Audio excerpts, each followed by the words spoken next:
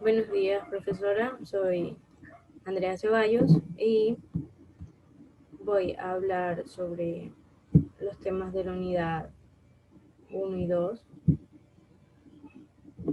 de la materia evaluación psicológica.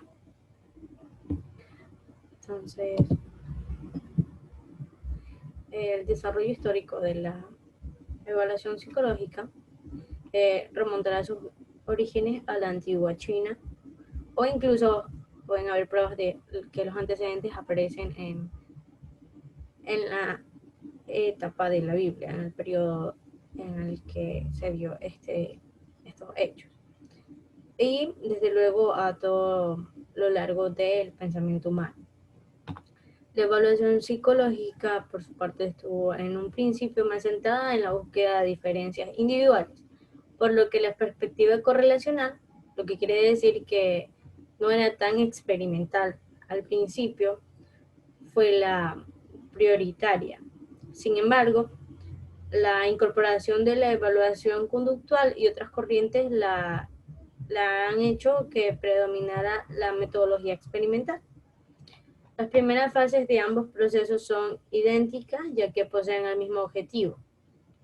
El proceso experimental es más largo y complejo debido a que corresponde además a los objetivos de intervención, evaluación y seguimiento. El desarrollo histórico de la evaluación psicológica tiene una constitución o, o hay tres autores que comparten la paternidad de esta constitución, como la es Francis Galton, que es el padre de la psicología diferencial, el cual centra el establecimiento de las diferencias individuales tratando de llegar a la descripción, medición y las características humanas. De esta manera, Galton sintetiza con su obra objetivos evaluativos científicos y aplicados que llevan a la vida cotidiana la tecnología psicológica que había permanecido durante años en laboratorios. Tenemos también a Alfred Binet, el cual aporta la ampliación del interés por el estudio de las funciones psicológicas como sensoriales, perceptivas y motoras. También es el primer autor que emite un concepto claro de lo que es diagnóstico psicológico.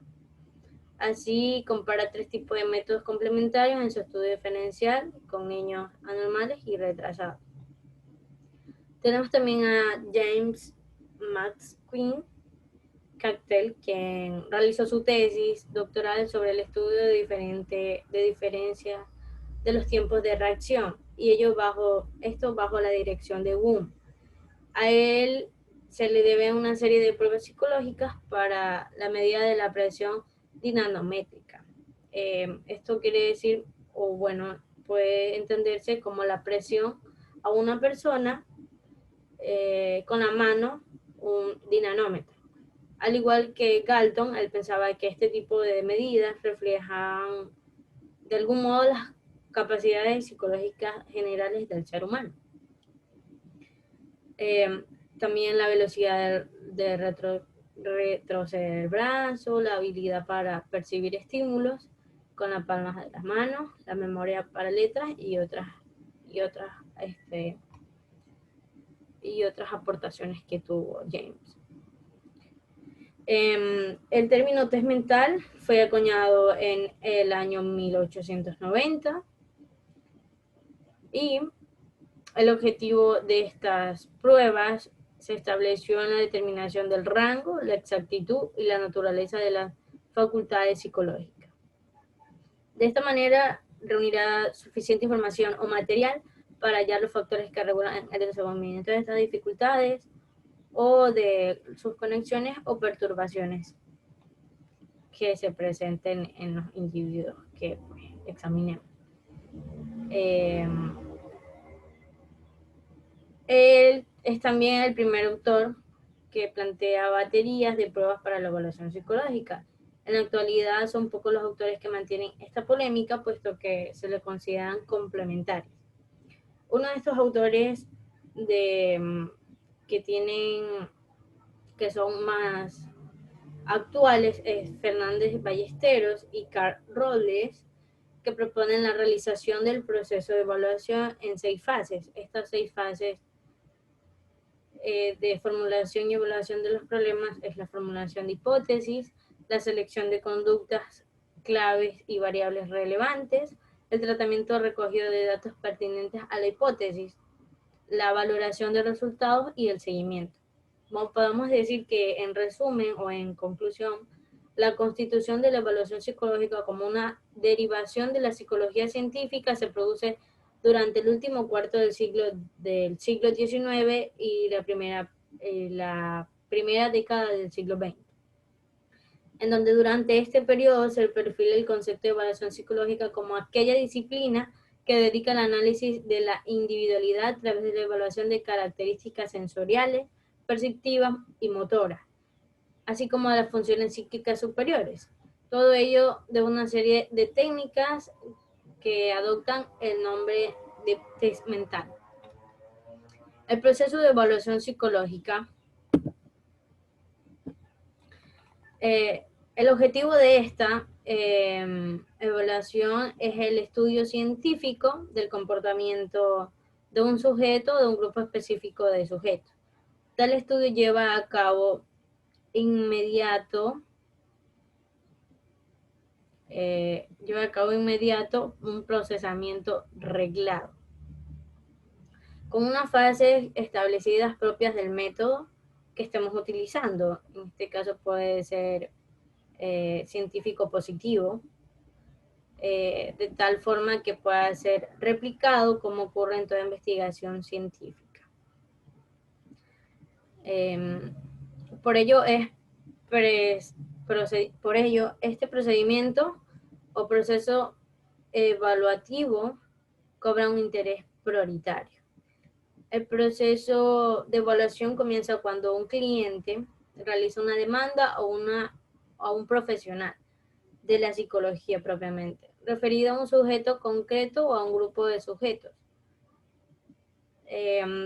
Teniéndose en cuenta que a veces el cliente puede ser el propio objeto de estudio, sin que él se esté dando cuenta. A partir de este momento se inicia un proceso para resolver la cuestión planteada, que lleva consigo necesariamente una toma de decisiones a través de una serie de fases o momentos que en términos generales son los mismos que utilizaremos en cualquier investigación. El proceso de evaluación es parangonable. ¿Qué quiere decir esto? Que puede ser comparado con otras cosas. En este caso, el estudio de casos. Están utilizados en la ciencia natural, que permite la descripción, la clasificación y a veces la predicción de este caso específico, y que recientemente aparece bajo la rúbrica de formulación de casos. El problema que se ha de resolver a través del proceso evaluativo,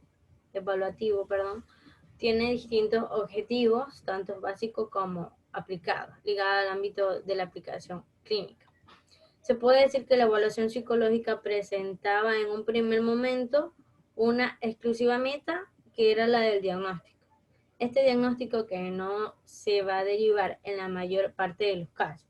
Un tratamiento, pero en frecuencia el diagnóstico conlleva un pronóstico, es decir, una predicción sobre el curso probable del caso. Además, el diagnóstico tiene una indudable utilidad para facilitar la comunicación entre los especialistas.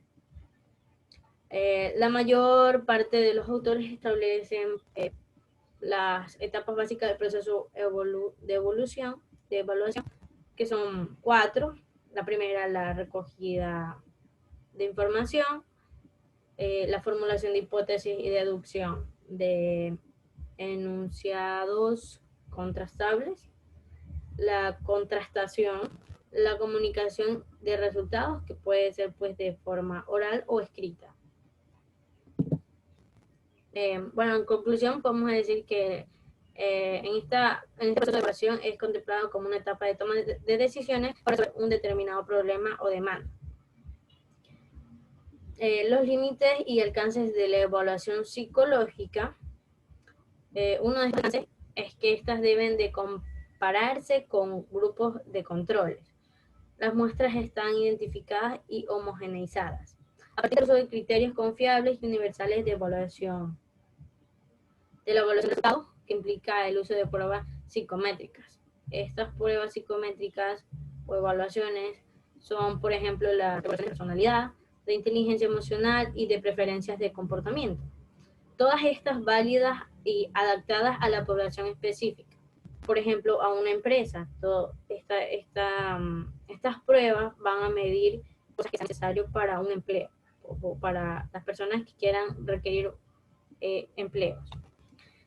En donde estas pruebas deben estar bastante capacitadas para estas personas, tienen que estar capacitadas para realizar la aplicación de test, o sea, los psicólogos.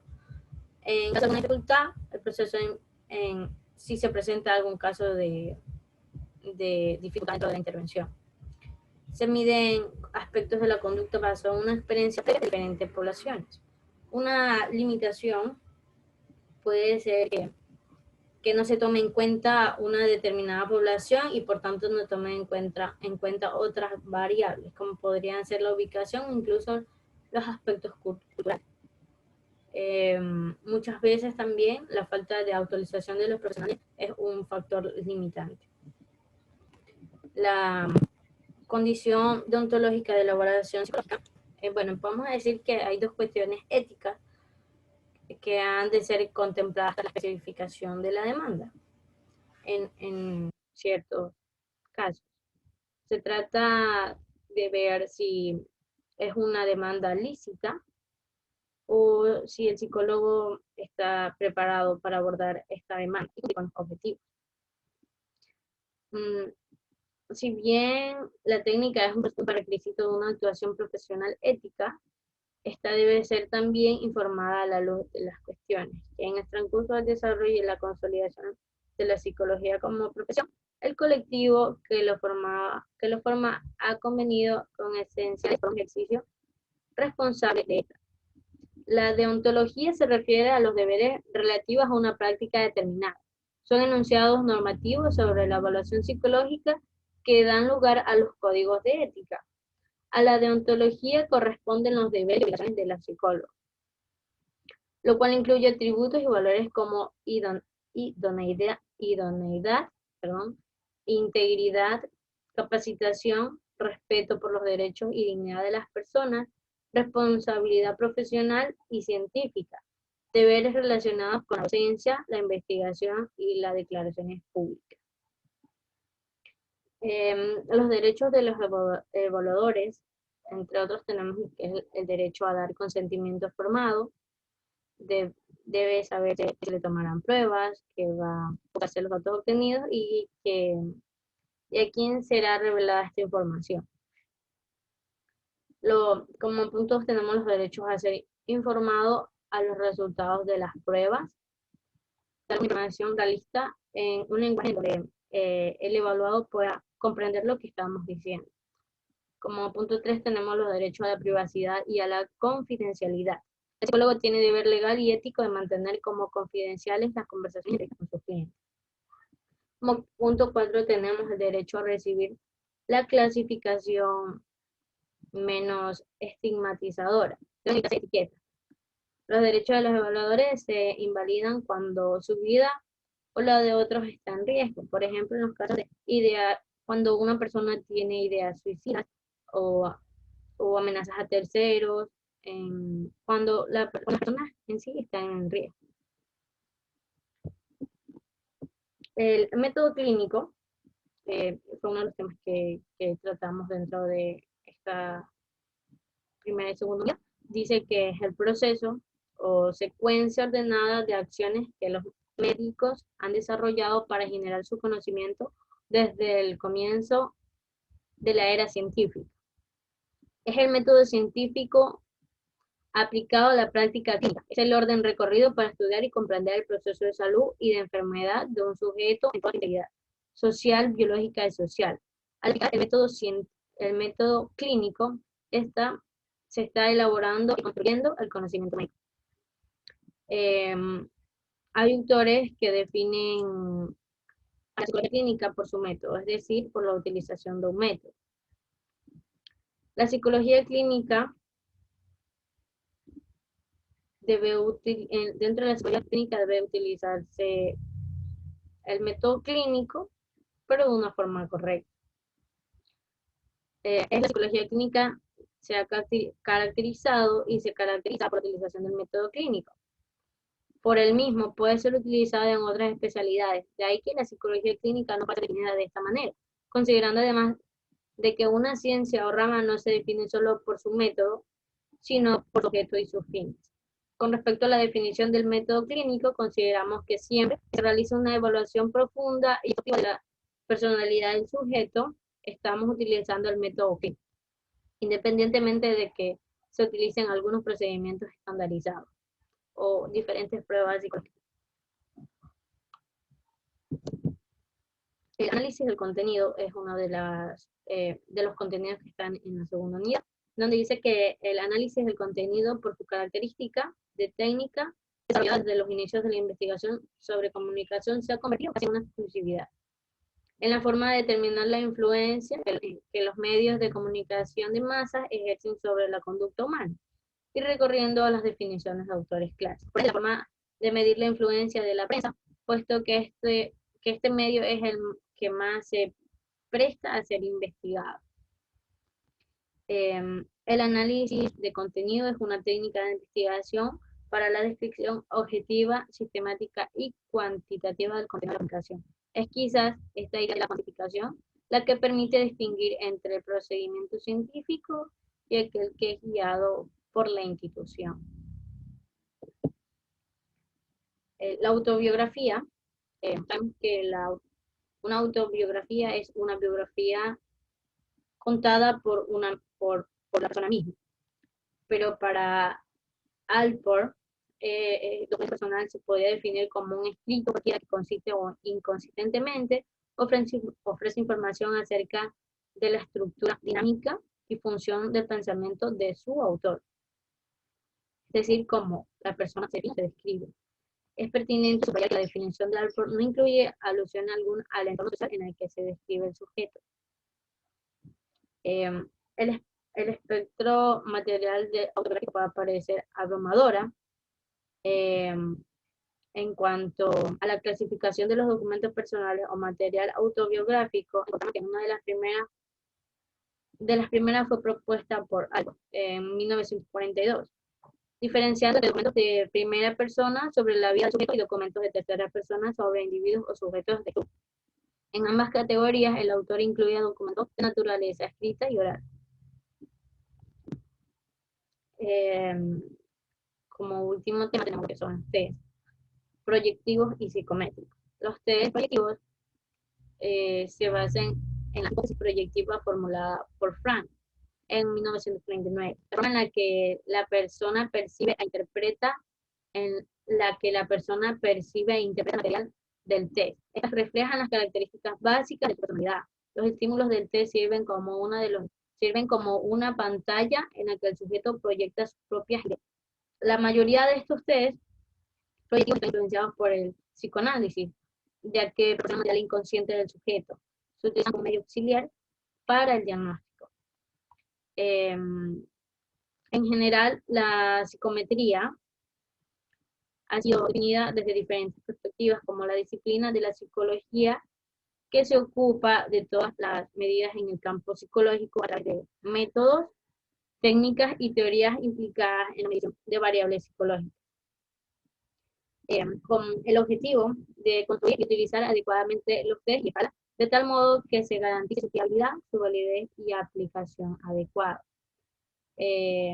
Los test permiten llevar a cabo diferentes propósitos, como es estimar el nivel de las personas en constructo de ansiedad, inteligencia o calidad de vida, evaluar la competencia a campo de aprendizaje, clasificar a los pacientes en categorías diagnósticas o seleccionar a los aspirantes para un puesto de trabajo. Estos han sido los temas que hemos visto en estas dos primeras unidades. Y a ti personal puedo decir que todos han sido muy interesantes y pues muy importantes para nuestra formación profesional, y me interesó muchísimo el tema de comunicar estos test, porque parece que fueran sencillos, pero en el momento en que estamos frente a un paciente y estamos viviendo la experiencia, es muy gratificante, por decirlo así, tener todo este conocimiento, porque es un complemento de lo que vamos a hacer en nuestra pasión. Y muchas gracias, que tengas un muy buen día.